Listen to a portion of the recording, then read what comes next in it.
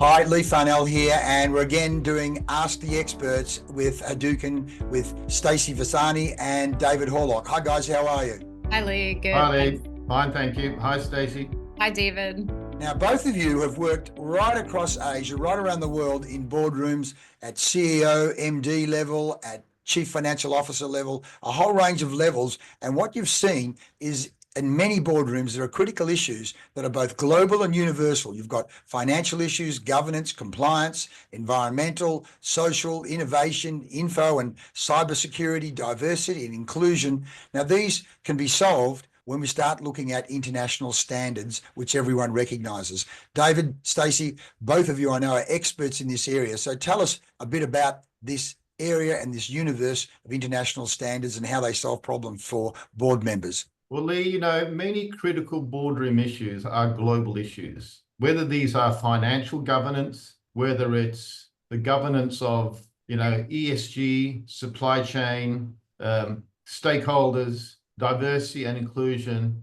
occupational health and safety, information security. These are all critical issues. And I believe that critical issues need global standards because they're universal and people understand them. So if you look at financial governance, we use international financial standards and protocols to address compliance. If you wanted to do it for ESG or an environment, why wouldn't you go and use ISO 14000, which is the #1 environmental standard in the world? It helps you reduce, recycle, replace. You have to get somebody who is qualified with the competence to understand environment. And in the same way, if you have financial governance, you have to demonstrate the right skills, competence, and governance. And if you put ISO 14000 in, you get 12 of your 17 UN SDGs. If you put occupational health and safety in there, which is about the safety of the workers, the well-being, you can integrate into that diversity, equity, and inclusion, right? Plus psychology in the workplace and occ health and safety. And take away the double counting, you get another 4 UN SDGs. So 4 plus 12 is now you have 16 out of 17 USDGs. You put your organization on autopilot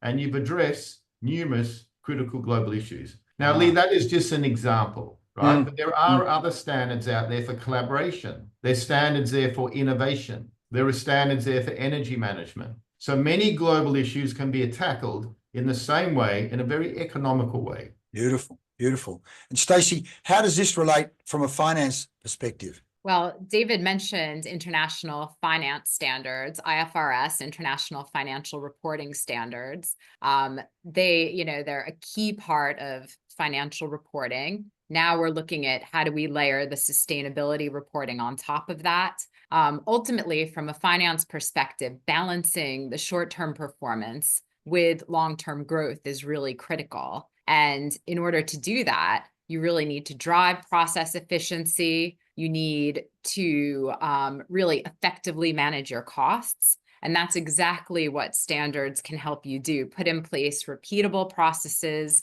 And one of the very good outcomes of this also is boosting investor confidence, boosting confidence with your market, with your investors. Wow, that's so fantastic. Yeah. Lee, if I could just add to that, the responsibility of any director on a board is the ongoing long-term concern of a business enterprise.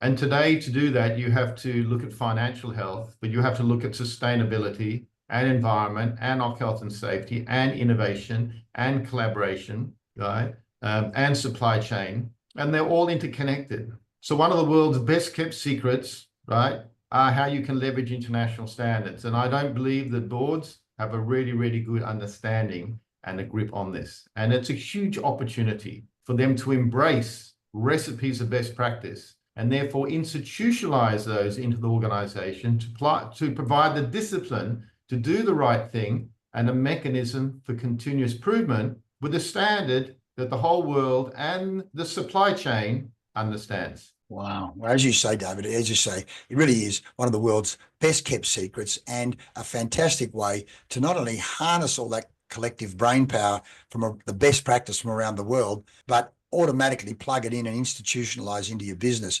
As you say, international standards really are a great tool to put the organization on autopilot to address those critical global issues, provide the resources and the discipline to do the right thing, and a mechanism to continuously improve, innovate, and stay relevant. Fantastic. So if you're a C-suite leader who wants to engage, learn, and grow with leaders who've been where you are heading, learn from people who've covered multiple regions, cultures, real-world experience, and have high-impact results, you can get that in one powerful session. You can tap into the three of us, 108 years of expertise in a 90-minute executive advisory power panel. It's your session where we help you brainstorm bold ideas. You'll gain second opinion from all three of us. We'll help you innovate and fast-track problem solving with proven techniques we've used right across Asia. You'll get actionable insights that really will have an impact on your bottom line. Now, we only do 2 or 3 of these sessions a month, so apply now. The details are on the landing page. We guarantee you're going to get high impact results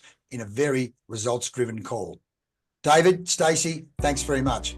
Thanks, Lee. Thank you, Lee. Thanks, Stacey.